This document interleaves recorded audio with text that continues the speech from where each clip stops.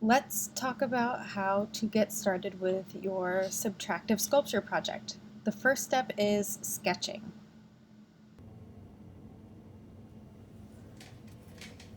For this project, I'd like you to sketch 3 different ideas with 4 views per sketch. This means that you're turning in a total of 12 drawings. But the reason why I want you to do 4 sketches, or excuse me, 4 views per idea is because this is going to take a lot of visualization, understanding how to carve a form from a block asks your brain to think in a different way. And so the more you can visualize what you would like to make, the better off you're going to be. Now, the goals for this project, right, are to make sculptures that engage with positive and negative space in a creative and dynamic way. So while I'm sketching, I'm gonna be thinking about how I'm using positive and negative space. And we want these 2 pieces to have a relationship. So we want to think about, as we're sketching, how do these how do these pieces relate to each other, and how are they interacting? How do they go together? So when your viewer's looking at it, they know this sculpture is one unit. They need to consider the sculpture in one unit. So let's start thinking about these things. If I'm thinking about positive and negative space and how I want two sculpted objects to relate to each other, one way I might think about doing that is by having them touch somehow. So maybe I'm inspired by the organic forms that Barbara Hepworth made, and so I'm going to think about how can I make 2 sculptures that somehow are touching or leaning on each other. So I'm going to think like maybe from one view I'm kind of imagining like one sculpture maybe kind of has like a little fork in it, and then the other sculpture might like lean on that fork somehow. So if we kind of sculpt it like this, and so like with my organic forms, and then maybe it kind of leans over, so that's kind of like a finger. This kind of looks like a finger, right? Leaning on another finger maybe. And that could be, yeah, that could be something interesting. Maybe I want to do a little bit more, like maybe I'll kind of make the bottom flare out a little bit. And this, I'd like this form to be more interesting somehow, so maybe I'll do a little something with the bottom on this. There we go. So that's starting to look like maybe that could be something kind of funky. So now I got to think about that from a different point of view, right? So if I were to turn this sculpture 180 degrees, right? So if this is like the front view maybe, then maybe the like the back view would be, let's see, the curve would kind of come like this, and I'd have, I think I want like the one fork to be a little smaller, so the sculpture's going to kind of come like that, and then the other fork's going to be a little taller. And oh, I kind of had my fork piece kind of leaning like this. So you can see as I'm thinking through this, right? So there's, I didn't draw that very well. You can see as I'm thinking through this, like you can see why it's helping me to draw this from different views. So that's the front and the back, and so now I need the two sides. So let's think about this. So if I have kind of my curvy leaning shape, maybe I'm going to have it sort of taper. And then I'm going to have kind of this one fork that goes like that and another fork that goes like that. And you can see how I'm thinking about this, like, maybe that's like kind of got some interesting negative space going on right there. Like, you know, if I go back to think about negative space, I've got some really interesting shapes where, like, happening between where the two sculptures meet. And so if I think about it from the side, yeah, that could be pretty interesting. Maybe if I brought this little arm up a little, maybe. And I'm just trying to think about how this negative space is working. Yeah, I think that might be okay. And so, so this is side 1, and this is going to be side 2. And so that would be where I've got, right, my little fork is really, and I said I was going to pump that up. There we go. There's my little fork happening. And I wanted his little back to curl up. So I'm going to kind of try to show that back curling up. And then, I didn't leave myself space to draw the other guy kind of leaning out through it, but there we go. And I kind of gave the other guy a little fat bottom, so I'm going to try to draw that fat bottom in there. There we go. Okay, and now you can kind of see the different views that I'm thinking of. So here I'm thinking about their connection through touch, right? But also part of the project is to incorporate texture somehow. Let's add that over here to the list.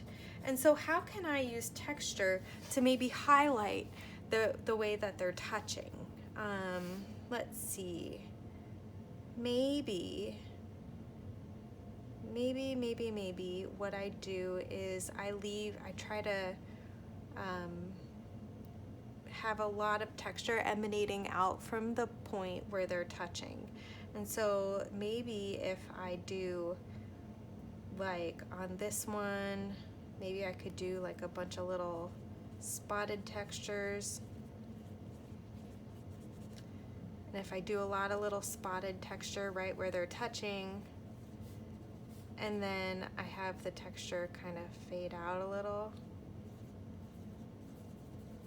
and that'll really highlight how they touch.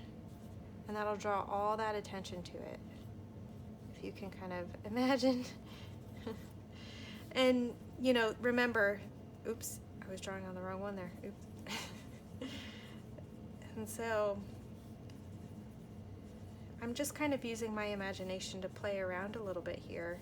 You can incorporate the texture however you think is going to draw emphasis and create a relationship between the forms, right? Like if both the forms have the same texture, then that repetition between like from one form to another, that's going to create a relationship. But maybe I just want to add just a little variety, and so maybe on this one instead I do like maybe kind of like a fur. And I think about like a furry, so I've got like a scaly texture. Look at how that happened. I have like a scaly texture and then like a furry texture. So maybe I'm like thinking about animals or something here. I don't even know. I'm working abstractly, non-representationally here. So I don't really have any wild, crazy intents, but maybe if it helps you think of a theme, like if it helps you to think of animals and be inspired by animals, then that's a great place to start. And so I'm applying the texture the same way on both of them. I'm going to have it really, really textured, and then have the texture kind of fade out to smooth the further away from the touch we get. And so, texture. And so there we go. That's sketch 1. So let's think about maybe for our next idea, because I want you to be thinking about a lot of different ideas with with your sketches, so you have plenty of options to think of. Maybe for my next idea, I want to think about another way that these pieces can interact with each other. And so let's see, what if I do something where there is a repetition of a shape or a form? So for example, if I sculpt one piece, and maybe I'm gonna kind of keep it a little simple here, and maybe, ooh, yeah, what if I sculpt a hole in it? And then the other piece could have a hole too. And so this sort of hole might help draw a connection between them. But these two shapes aren't very interesting. So how can I sculpt this to make this a little more interesting? I think I might try to make it so that this guy is a little bit of a wedge shape, maybe. Yeah, there we go. And so we'll have kind of this hole coming in there. There we go. Ooh, and maybe I can have it curve a little. Okay, so now that I've kind of thought that through, if I was working in pencil, this might go a little better because I could erase my marks. But now that I've kind of thought through what I want to make here, so here we go. So I'm going to make this really curvy shape. I'm going to put a hole in it. And then I think I'm going to make the other one also very curvy. So I'm kind of thinking this shape might be a little vertical. And then this one might be horizontal, but I also want it to be curved. And so it's going to kind of curve, if you can imagine. And so I'm going to repeat this hole in both of them. And I think I might have this guy kind of curve around it too, but I'll show that in the other views. So if I flip it, and maybe if I flip it, this side piece is gonna have a curve. I think it'll kind of do one of these where it'll taper down. It'll have a hole. And then this other guy is gonna kind of be curving like this. And I give him a little tail like that. And this guy is gonna have a hole right there. Ooh, that's kind of interesting. I like how I made that hole. Yeah, maybe that hole's gonna be bigger. And so this way, there's this relationship between the holes, maybe sort of an implied line. So this could be front, back, and now side.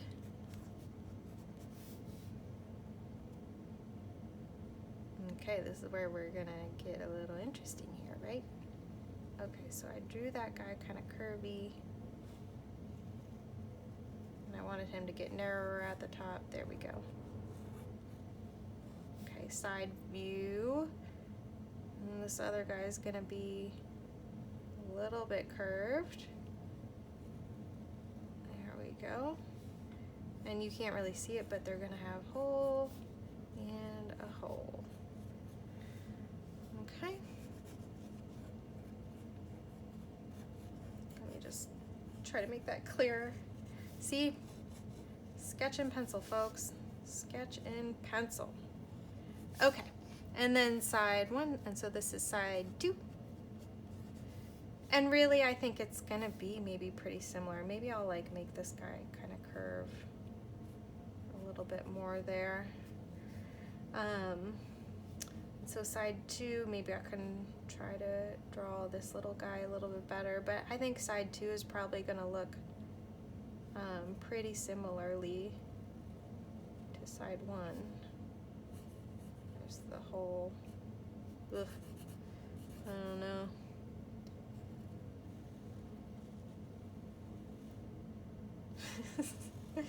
I hope you're seeing this better than I am at this point.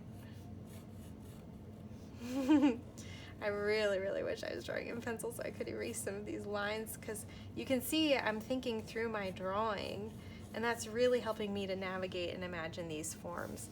And now I want to think about texture. on these guys. And so maybe, how could I establish a much closer relationship to these pieces between the forms? And I think I'm going to do that by having them be smooth on the inside and maybe textured on the outside. And so I'm trying to think. I did like spines and fur on the last one, so let's think about another texture that I could try.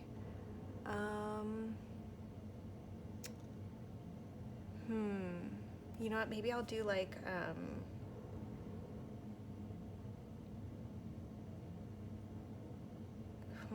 oh yeah, I think I might do this is look, I have animals on the brain or something, because this is kind of, I was thinking like, ooh, I could do like triangles or something, but really I think these are kind of looking like feathers.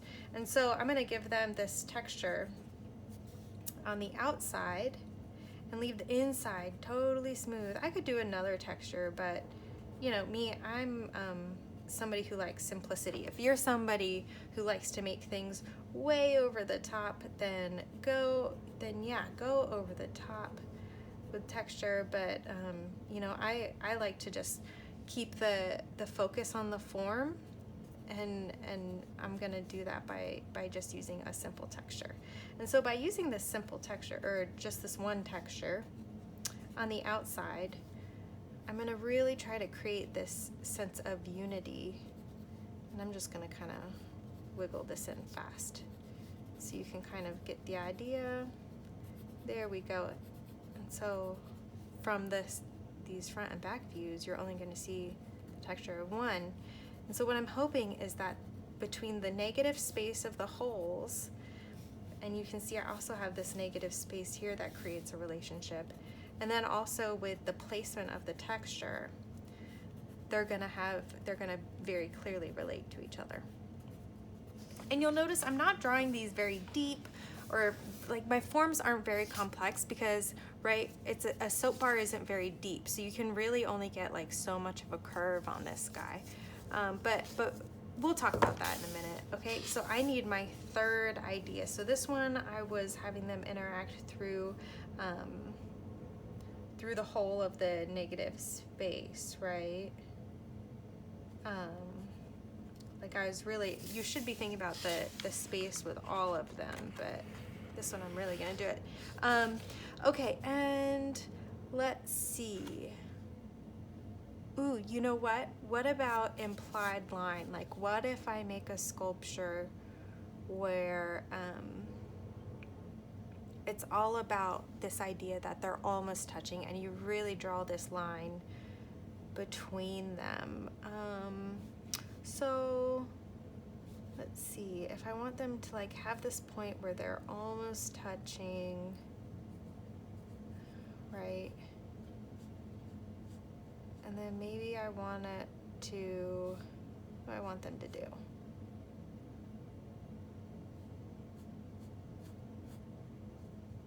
So this might be kind of a loose form.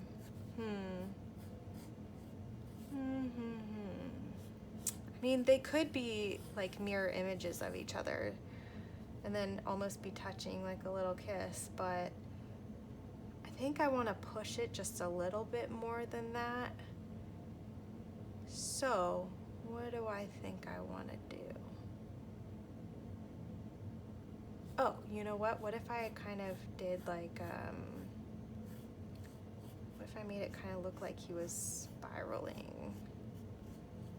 Like, what if I made, probably can't make it quite that deep.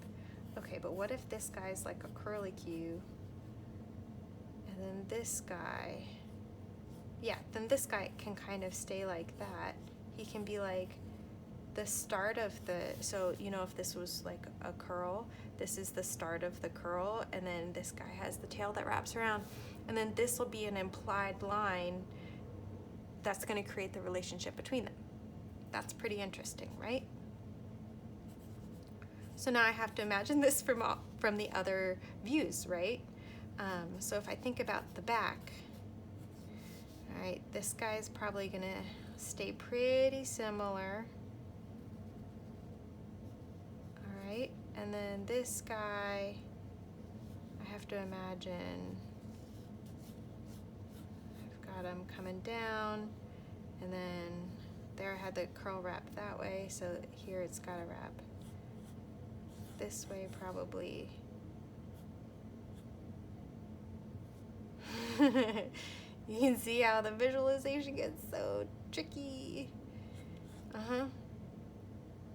Yep, there it is. There it is. Okay. Yep, found it. I think I'm gonna have to condense it a little more than what I have here, probably. Make it a little thicker for some stability. Okay, and then side one. So if this is my curly guy, right? He's gonna come down and have this bit that wraps around.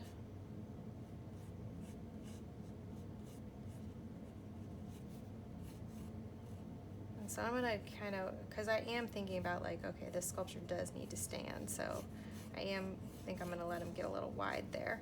And then the other guy is gonna be like right here.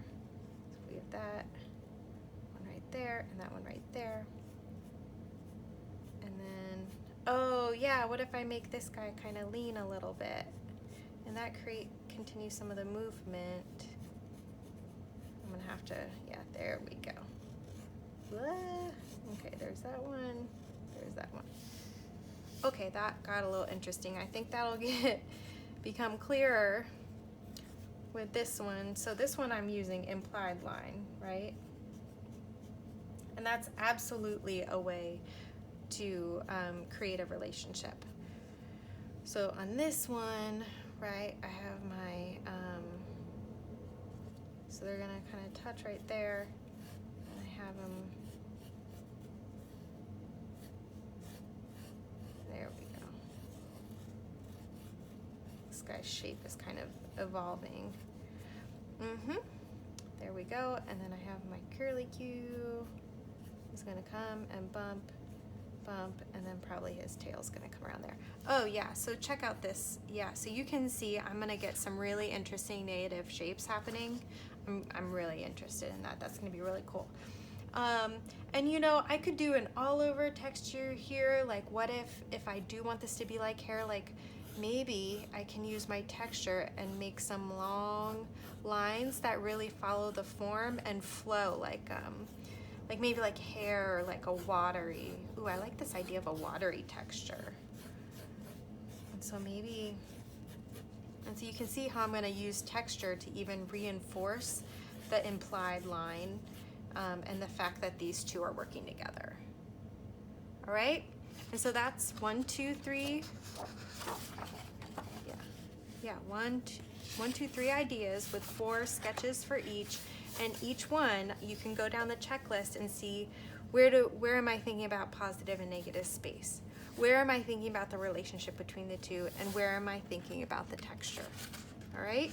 And then you're gonna take photos of each of your ideas and post them in your process portfolio on Teams. The next step is going to be plotting out your drawings on the block of soap.